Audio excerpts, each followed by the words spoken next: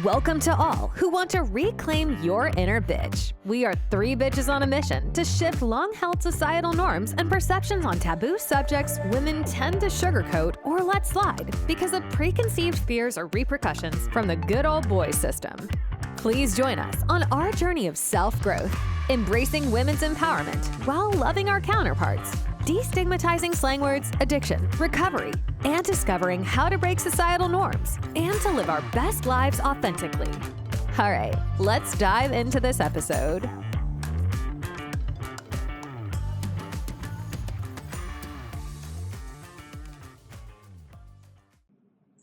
Welcome back, everybody. We're glad to be back with you. We're so excited to share another episode, and we're going to do a brief check-in. Julie, you want to go first? Yeah, I'll go first. I know you love it. I know you love being put on the spot. I do. I love it. Okay, check in. Just think about some of the things I've been doing lately to beat the heat, I guess. Yeah. I kind of like to join the heat. I don't really ever feel like I need to beat it because I had somebody ask me, how are you handling the weather? And I was like, what do you mean? How am I handling the weather? This is my weather. She's like, I worship the sun. I worship the sun. I love the sun. So for me, whenever I think about the heat or going out into it's like I want to be walking in the middle of the day. I want to be out in sprinklers with the kids or going to the swimming pool or at a lake or hiking or pickleball. I love it when the sun's out. And it could, obviously I don't live down here, so it's not 110, 150, whatever it gets down here. But I mean, 95 is still hot. But yeah, so we've just been spending a lot of time outside. Like I said in our previous episode, like just doing things like fun things that kids do. I just absolutely love it. And I was thinking about that when I am with kids, I don't really care what anybody thinks around me. I can be teaching in front of adults, and I don't even think about them as long as I embrace like interacting with the kids. So yesterday, my little girl asked if she could have a friend over, and I was like, sure. And whenever she has anybody over, she wants me to play with them, hang out with them. I'm like, all right, today I'm going to do it. So I said, let's walk and go get an ice cream. Let's go and do this. And we started painting and we went swimming. And her little friends, they were talking about basketball. And she's like, Coach, why don't you coach next year our team? You're way more fun. And so I was like, yeah, I should probably do that. But I just really enjoy being able to be mindful with the kids. I think that's the big part for me is having the ability to be mindful of what I'm doing and giving my time to them in the moment. I love that. Thanks for sharing that. I think it's really important to, especially when, like we talked a lot last episode about kids and how, like if we're more childlike, we're more grounded and we're more centered. But I think that even with that, like kids don't recognize that they're more grounded and centered when we're invested with them. I shared a little bit about this little boy that my daughter and I spent some time with while we were waiting for a flight, and I think his mom totally like appreciated how much time my daughter actually interacted with her son, and I know for my daughter it helped her because she hadn't seen her kids for a hot minute, and like it helped her be grounded in that moment and enjoy like just the childlike exuberance and delight. And actually she got him to do learning and exercise too, which was really cool. In fact, his mom said, she should be a teacher. She should be a teacher. She's really good with kids. So I told her that. She's like, no. No. I agree, though. She would be really good. Yeah. Well, but I think it goes back to what Julie was saying last episode, where she talked about, being completely engaged with them and having it be completely draining. Yeah. Like I know I can be a teacher with small children. I just don't have It does take a personality. Too much. Yeah. too much because again, like when you're fully engaged with them, it saps all the energy that you have, right? I love it. Do you find that your energy level increases or decreases? Increases. Because I would say for you, it increases. For me, it stops everything. It definitely would be a long day, but it would. How do you do the heat? What's your check-in? So I like the heat too. Like I'm the one. I'm the crazy lady that's in an Afghan when it's 115 degrees. Like I'm still like it's cold. And everybody's like, "How are you cold?" I'm like, "I don't know. I'm still cold." Outside or In the house.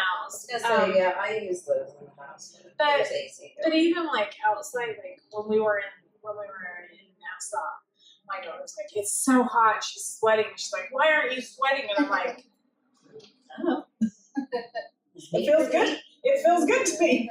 I finally feel warm."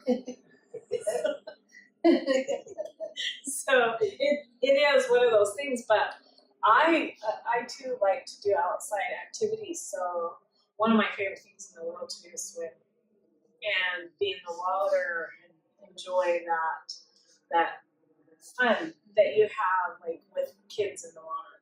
You know, they're playing the silly little games, or they're playing basketball, or they're, hey, let's see how long we can stand on our hands Yeah. underwater. I love when you can. Yeah. Yeah. So that's what I like to do. I like to do some of the things early in the morning though. Like you were talking about like hiking and that. I love to hike. I'm not doing it in the middle of the day.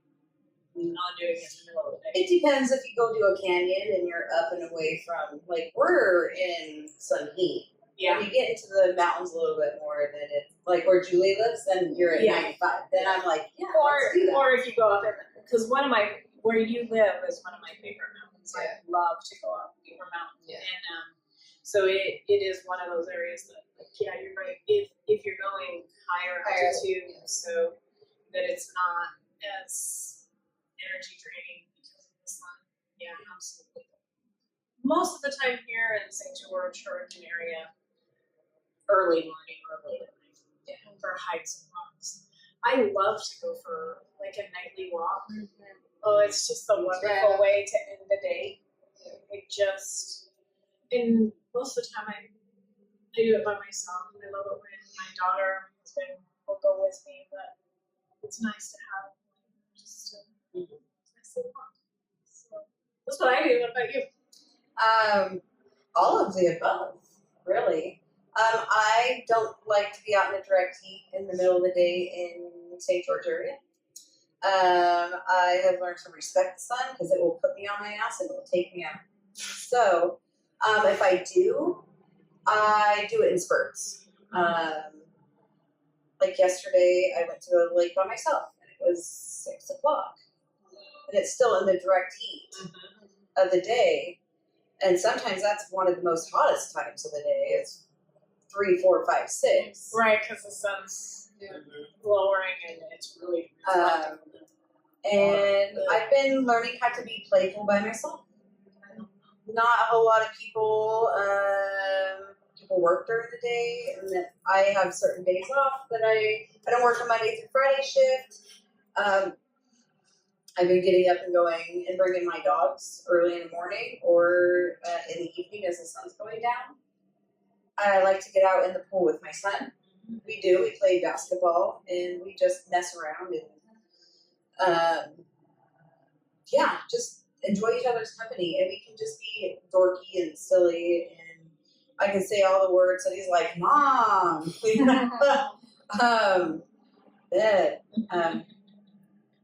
And cat. yeah, Sus. that's us. I love to get on the water. After I went to the Sweat Lodge this last weekend, I went directly to the lake that we have here, which is like 10 minutes away from where we did the sweat. And I jumped in the lake then, and then did a little meditation on the side, and that was probably about 7 in the morning when I got to the lake. about 7:30 when I left the lake ish, and so I cooled down that way. But I still had that whole day I had a hard time like getting the heat out of me. Oh yeah. And so the next day I woke up, and that was when that whole night that the heat was there. That's when I was thinking, am I going to be able to go on this ride? Am I going to be able to go to the trip with the girls? And we went to Horseshoe Bend on the Colorado River, and that river is so cold. Yeah. And I was in it like every 20 minutes, half hour. Like I was just in doing my breathing work, and I love that. Like Julie does the ice bath, and I just go to the lake. Oh. So good for you to do Mhm. I mean, for me, the reason why I do it is for my mindset, right? Yeah. So it just helps me, especially when I'm going through difficult times, to just plunge into the ice bath, because if I can do that and I can control my breathing, then outside of there, I can do anything. Yeah. Yeah. Which I love.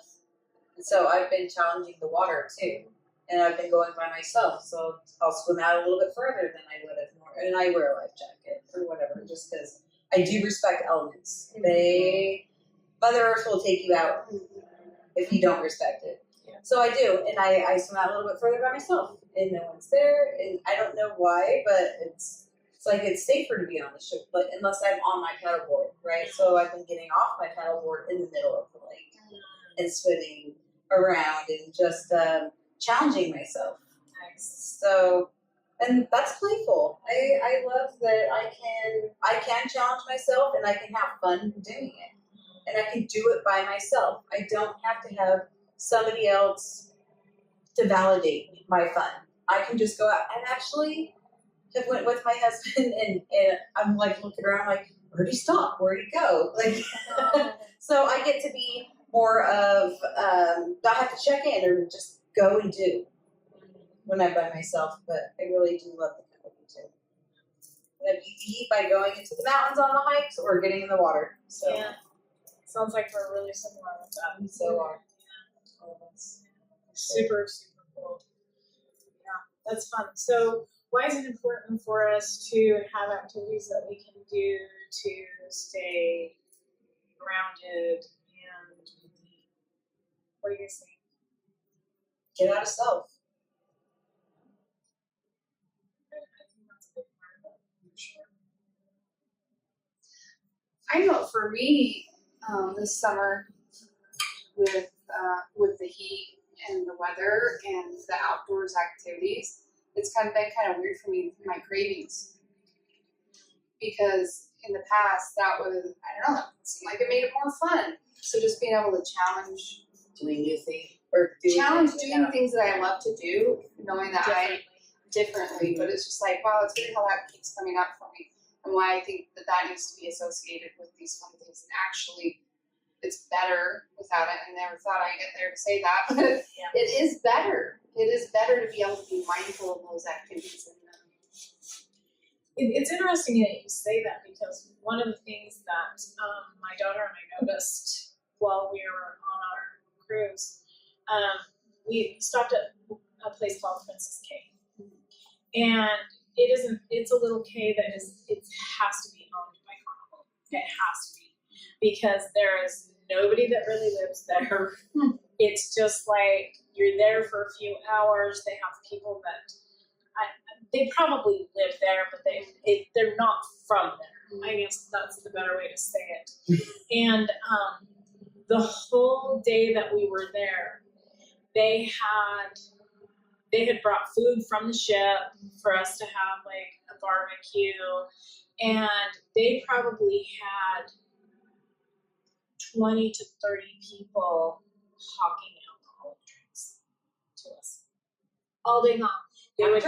They would come by and they'd be like, "You're hot. Here's something." yeah, nice because and that's cold." what you should be drinking, right? And so it was really interesting, because we got to this place and I was like, you know, Julie wanted us to do something, so we're gonna do it. And so we did. I was like, the guy's like, "Hey, you guys, you really, really need a drink." And I was like, "If you can make me a virgin one, I'll have one." And my daughter looked at me and she's like, do you really trust him? Do you really trust him to do a virgin one? And I was like, one sip and I'll know. Yeah. So Yeah. Then you will know. Yep, 100%. anyway, it was. I mean, it's more of a smoothie. Oh, yes. Than like a daiquiri kind of, Yeah. And it was interesting how my mind needed to go there before I could let it go back to being like, this is just like a slushy. Mm-hmm.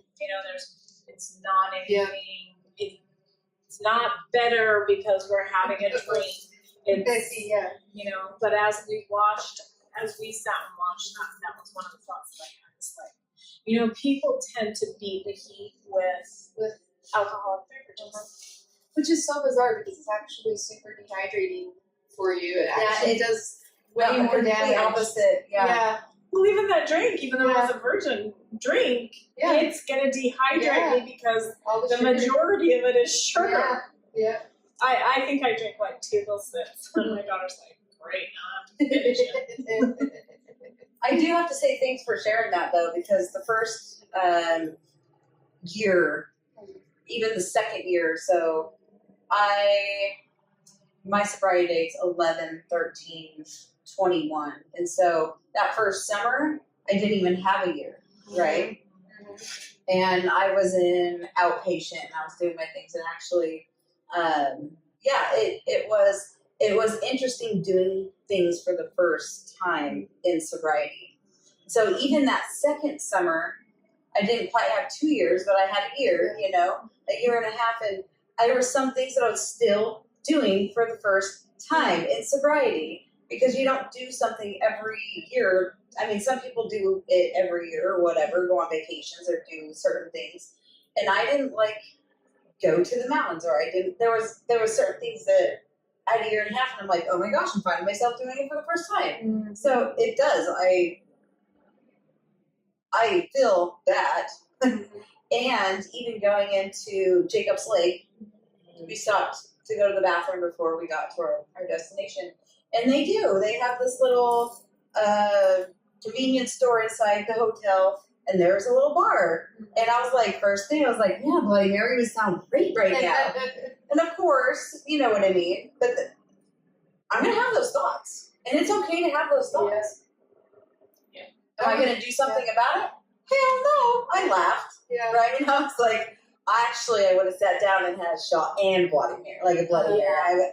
Realistically, right. And then it wouldn't have stopped for the whole day. Yeah. I think for me, when I went to Hawaii and I was having those obsessive thoughts about drinking, it finally dawned on me, like, wait a second, you have a choice here.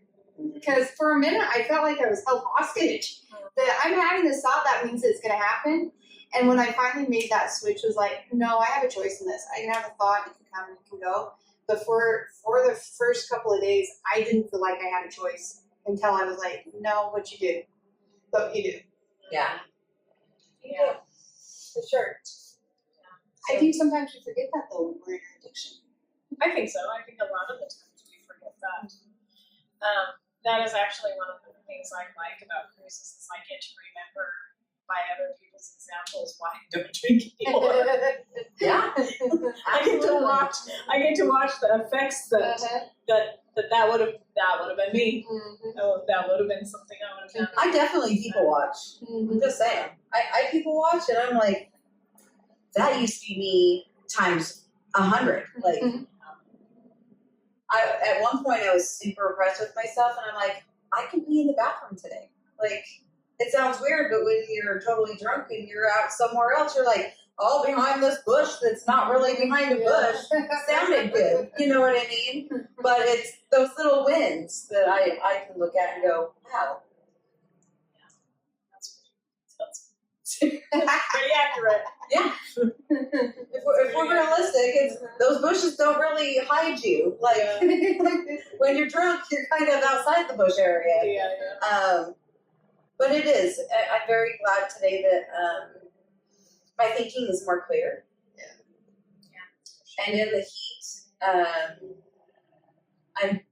I definitely see that even with my addiction, my smoking addiction, being outside, like I can choose today to not be out and have to find that little piece of shade to go out and it's just weird. It's weird that I do have choices today, and I'm acknowledging that. And thanks for bringing that up because I love that.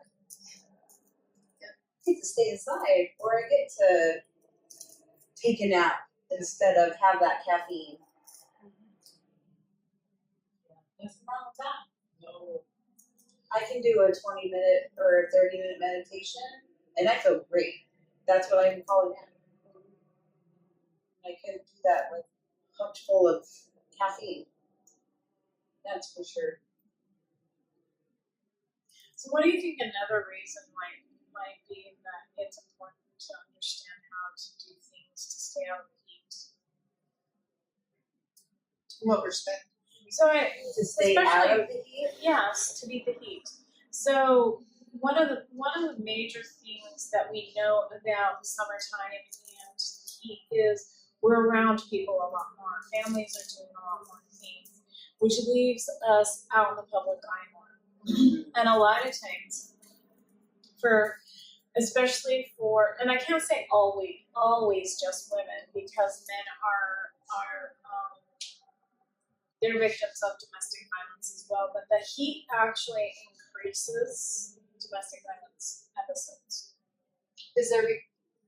Could it be associated with substance abuse with that because of the heat? No. Or is there any correlation? I guess. So there's not really a correlation Not between. correlation. There's not a correlation between substances and domestic violence. There's a correlation between criminal activity and domestic violence and the heat. Because as the heat rises, our ability to modulate and regulate our emotional well-being decreases. Is it because it's trying to regulate the body's temperature? Is that It's part of it? Yeah, it's part of it. So we get overheated. We're more grumpy. We're less able to go with the flow. We're more on edge. If you think about it, like if you can think back to a time where you were really overheated, you were really hot, and somebody needed something from you, you either respond with not being able to respond because you just don't have the energy, right? Or you're kind of snappy. snappy, Yeah. right? And that's the correlation. Okay. So the correlation is when the heat rises, criminal activity rises, our domestic violence rises, like all of those kind of Well, it things. makes sense because of the fact that your body's trying to cool itself in the first place to regulate itself. That makes sense. Yeah. And if you think about it even more, so we talked a little bit about being in southern Utah and it being a little bit warmer here than it is for you. If you think about areas like Tucson or Phoenix or Las Vegas, we call those the concrete jungles. Why do we call them the concrete jungles? Because in the summertime, It gets even hotter. it doesn't cool down ever. Because Stores the it inside. asphalt and the concrete stores the heat. So in the summertime, there is no cooling off. So there's no getting away from it. No. And so again, like, I think you have to take into right. consideration too, like just the simple fact of dehydration of the body.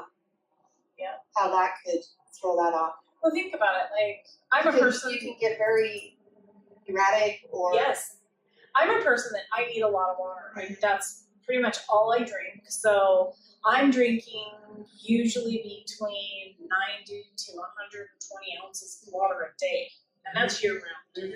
But in the summertime, when the heat increases, my body feels dehydrated.